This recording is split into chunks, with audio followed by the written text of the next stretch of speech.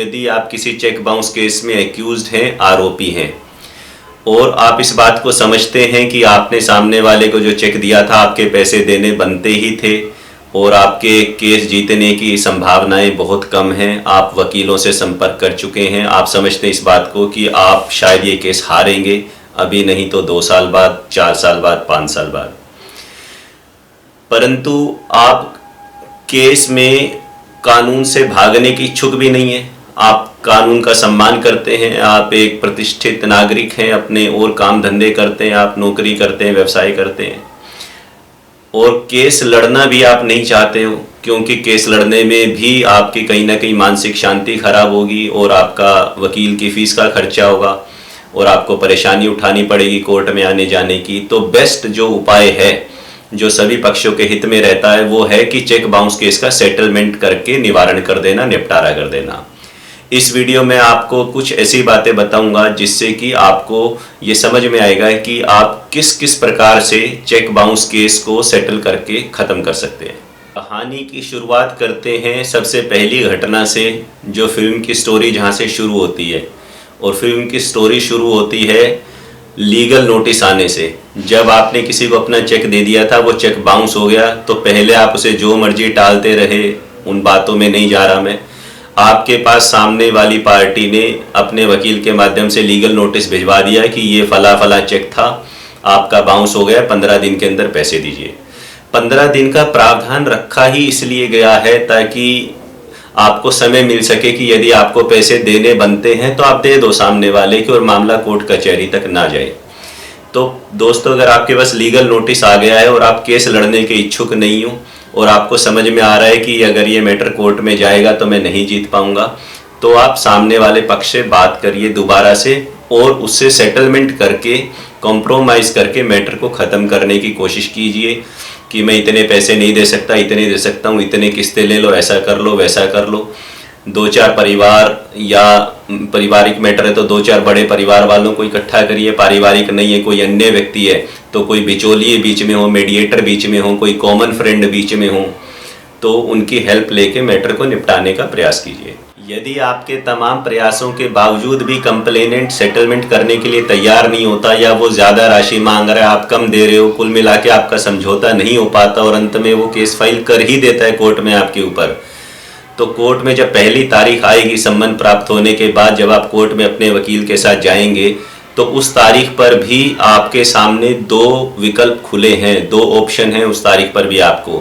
पहला ऑप्शन तो यह है कि जितना पूरा अमाउंट है चेक का जो भर के डाला गया है, वो आप जाके उसका डिमांड ड्राफ्ट बना के कोर्ट को दे दें कि जनाब ये जो चेक अमाउंट है ये मैं इनको दे रहा हूँ पूरा। तो जज साहब उस केस को 99.99% उसी दिन ख़त्म कर देंगे। और अगर शिकायतकर्ता नहीं भी चाहेगा तो भी कोर्ट को पावर है कि क्योंकि ये एक रीजनेबली आप उसको एक सेटलमेंट अमाउंट दे रहे हो, मतलब पूरा ही पैसा दे दिया चेक का, सिर्फ उसका वकील का खर्चा, नोटिस का खर्चा, थोड़ी बहुत परेशानी या ब्याज इत्यादि ये सब नहीं दिया गया है, वो अलग बात है, लेकिन आपने फिर भी चेक का पूरा अमाउंट दे दिया है तो वो केस उस तारीख को ख़त्म हो जाएगा। यदि आपको लगता है कि नहीं मैं तो चेक का पूरा अमाउंट देने की स्थिति में ही नहीं हूँ, अगर इतनी स्थिति होती तो मैं नौबत यहाँ तक आने ही नहीं देता, तो ऐसा मैंने भी प्रैक्टिकली बहुत ही कम देखा है कि पूरा चेक अमाउंट कोई आरोपी आके दे दे। तो आप जज साहब से दूसरी रिक्वेस्ट ये कर सकते हैं कि योर ऑनर, योर लॉर्डशिप, जनाब, मैं इस मैटर को मध्यस्थता से, आपसी बातचीत से, मीडिएशन में सुलझाना चाहता हूं। आपसे गुजारिश है कि इस मैटर को मीडिएशन सेल में रेफ़र कर दें। मीडिएशन सेल में कोर्ट किसी मैटर को तभी रेफ़र कर सकती है जब दोनों पक्ष तैयार हों। तो जज साहब कंप्लेनेंट या शिकायतकर्ता से भी पूछेंगे, भाई मैटर को आप सेटलमेंट से या मीडिएशन में सुलझाना चाहते हैं? अगर वो हाँ बोलेगा तभी मैटर मीडिएशन सेल में जाएगा। अगर उसने बोल दिया नहीं मुझे कोई सेटलमेंट नहीं करना, मैं तो पूरा केस लड़ूंगा, तो सिर्फ आपकी रिक्वेस्ट करने से मैटर मीडिएशन में नहीं जाएगा। आम तौर पर हाँ बोल देते हैं, जज साहब भी कह देते हैं चलो कोई बात नहीं, एक बार मीडिएशन सेल से हुआ हो, एक तारीख लगा देते हैं, उसके बीच में मीडिएशन में कर लो बात, क्या पता बन जाए, नहीं बन जाए तो कोई बात नहीं, केस तो फिर चलना ही आगे। तो चलो मैटर को मीडिएशन सेल में रेफर कर दिया जज साहब ने। मीडिएशन सेल के अंदर एक मीडिएटर होंगे जो कि आमतौर पे एक सीनियर वकील, पुराने वकील होते हैं या अन्य कोई व्यक्ति भी हो सकते हैं। वो दोनों पक्षों की बात को सुनेंगे भी, शिकायतकर्ता का क्या क्लेम बनता है, कितने पैसे बनते हैं। आप एज एन एक्यूज्ड जो सब बातें बताते हैं वो कॉमन बातें यही होती हैं कि मेरा व्यवसाय ठप हो गया, मैं मान रहा हूँ मुझे देने बनते थे पर मेरे पास इतने नहीं पैसे हैं, मैं इतने इतने दे सकता हूँ। एक बात इम्पोर्टेंट ये बता दूं कि मीडिएशन सेल में कही गई कोई भी बात को कोर्ट में एज एन एविडेंस प्रोड्यूस नहीं किया जा सकता। ना तो वहाँ कोई रिकॉर्डिंग होती है, ना कोई वीडियो होता है, ना कोई ऑडियो रिकॉर्डिंग होती है। ऐसा करना भी अपराध है। और वहाँ अगर आप मान भी लोगे खुले में कि हाँ मेरे को देने हैं पैसे, तो आपकी कही गई किसी भी बात को वहाँ कोर्ट में प्रोड्यूस नहीं किया जा सकता। तो आप वहाँ खुल के बात कर सकते हैं मीडिएशन सेल में। तो मीडिएशन सेल में आप ये रिक्वेस्ट कर सकते हैं भाई मेरे पास इतने पैसे नहीं है, मैं कम दे देता हूँ और एक साथ नहीं दे सकता, 12 किस्तों में दे देता हूँ, 10 किस्तों में देता हूँ। तो मीडिएटर क्योंकि समझदार व्यक्ति होते हैं, वो दोनों पक्षों को तोल मोल के अकेले अकेले भी बात कर लेते हैं भी चलो थोड़ी देर तुम यहाँ बैठो, आप बाहर रुको, मैं जरा इनसे समझ लूँ, फिर दूसरे को बुला लेंगे। दोनों की एक्सपेक्टेशन समझते हैं वो क्या है और फिर एक मैच कराने का प्रयास करते हैं, कुछ सुझाव देते हैं।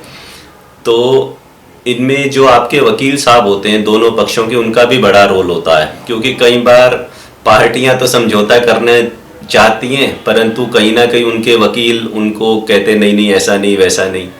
तो अगर आपके वकील भी समझदार हैं तो आपको सहयोग करेंगे और आप भी उनसे बात करिए कि मेरी स्थिति नहीं है केस को लड़ने की। तो अगर वहाँ समझौता हो जाता है उस दिन, तो मीडिएटर एक सेटलमेंट एग्रीमेंट बना देंगे, समझौते की सारी शर्तें उसमें लिख देंगे, जो भी आपसी तय हुई है, कितने पैसे कितने समय में देने हैं। ये भी लिख देंगे कि अगर इतनी तारीख को ये किस्त के पैसे नहीं दिए तो इतनी पेनल्टी लगेगी।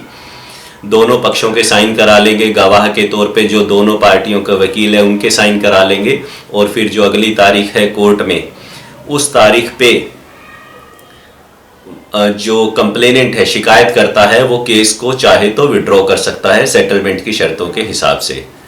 अगर मीडिएशन सेल में सेटलमेंट नहीं होता तो भी मीडिएटर ये लिख देंगे कि मैंने काफ़ी कोशिश की लेकिन मीडिएशन सफल नहीं हो पाया, और फाइल को वापस कोर्ट में भेज देंगे तो मुकदमा वहाँ से आगे चल पड़ेगा। सफल होने पर अगली तारीख पे कंप्लेनेंट चाहे तो उसी तारीख को केस को विड्रॉ कर सकता है, लेकिन आमतौर पे कंप्लेनेंट उस तारीख पे केस को विड्रॉ नहीं करते। वो कोर्ट को ये कहते हैं कि जनाब इसमें अभी 10 किस्तें हैं तो पहले हमें 10 की 10 किस्तें मिल जाएं, उसके बाद हम केस को विड्रॉ करेंगे। तो कोई या तो एक लंबी डेट ले ली जाती है या बीच में छोटी छोटी 2-3 तारीखें पड़ जाती हैं ताकि आप अपनी किस्तें कंप्लेनेंट को देते रहो और आपके ऊपर प्रेशर बना रहे एज एन एक्यूज्ड कि भाई मुझे ये किस्त देनी है कंप्लेनेंट को तारीख से पहले, नहीं तो वो जज साहब को बता देगा। ये भी देखने में आया कि सेटलमेंट एग्रीमेंट होने के बाद कोर्ट में आ भी गया, जज साहब ने ऑर्डर में लिख भी दिया कि हाँ दोनों पार्टियों का सेटलमेंट हो गया है, सेटलमेंट की ये शर्तें हैं। उसके बावजूद भी कई बार ऐसी स्थिति उत्पन्न हो जाती है जाने या अनजाने कि एज एन एक्यूज्ड आप पैसा नहीं दे पाते सामने वाली पार्टी को, तो उसके बीच में भी कई बार कोर्ट थोड़ा लीनियंट व्यू दिखा देती हैं, आपके ऊपर थोड़ा बहुत फाइन लगा देगी कि चलो आप जुर्माने की राशि या ब्याज इतने रुपए साथ में देंगे अगली किस्त का।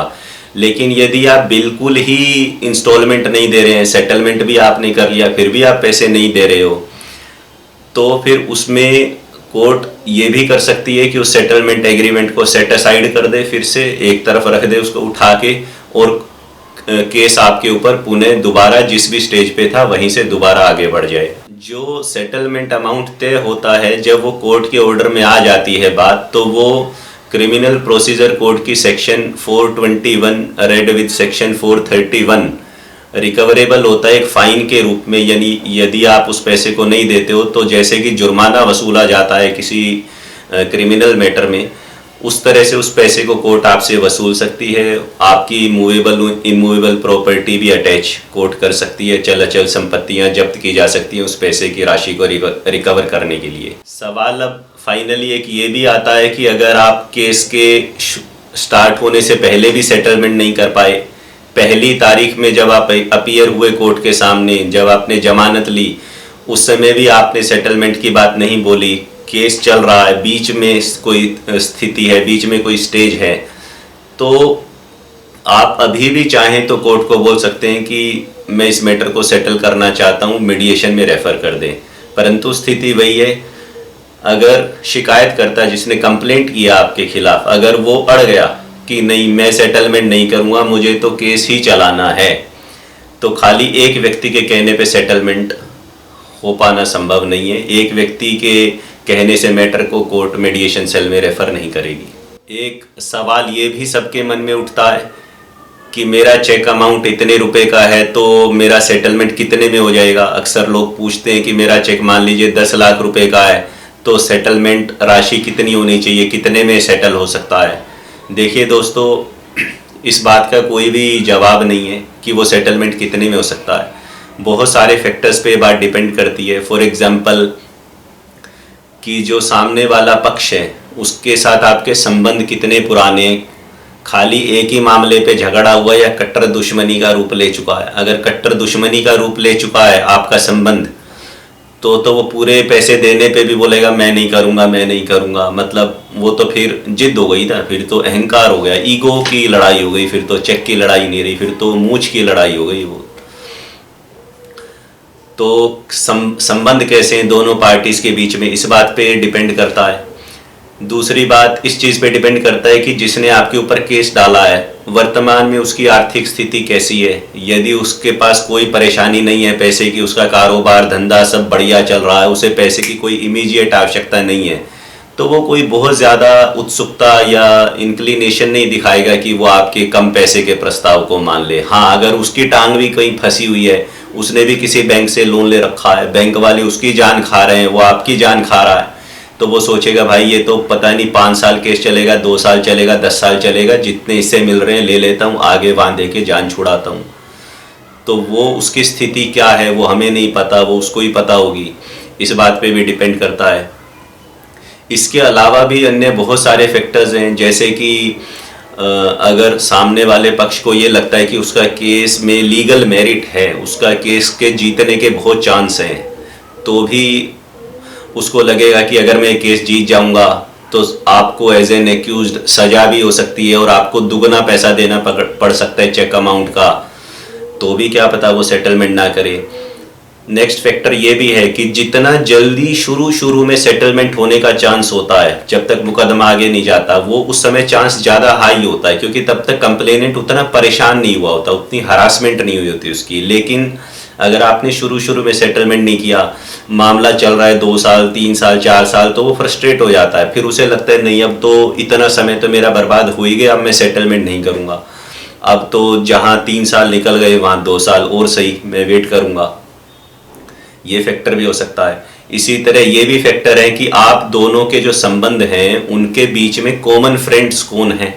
क्या वो घर के बड़े बुजुर्ग हैं या कोई और अच्छे व्यवसायी मित्र हैं, या आप एक ही मोहल्ले में रहते हो या अलग अलग शहर में रहते हो, क्या आपके बीच में कॉमन लोग हैं। अगर कॉमन लोग आपके बीच में अच्छी संख्या में हैं तो वो दोनों पक्षों को समझा बुझा के सेटलमेंट करा सकते हैं, चांसेस ज़्यादा हैं। लेकिन आप रहते हो कलकत्ता में, दूसरा पक्ष रहता है चेन्नई में, सिर्फ व्यापारिक संबंध थे, कोई लेन देन ज़्यादा कुछ हुआ नहीं, कोई कॉमन फ्रेंड्स नहीं है, मित्र नहीं है, कुछ नहीं है, तो चांसेस कम हैं। तो मल्टीपल फैक्टर्स हैं कि कितने में सेटल होगा, कितनी किस्तों में देना पड़ेगा, इसका कोई सीधा फॉर्मूला है नहीं। होता तो सुबोध गुप्ता आपको ज़रूर बताता। धन्यवाद।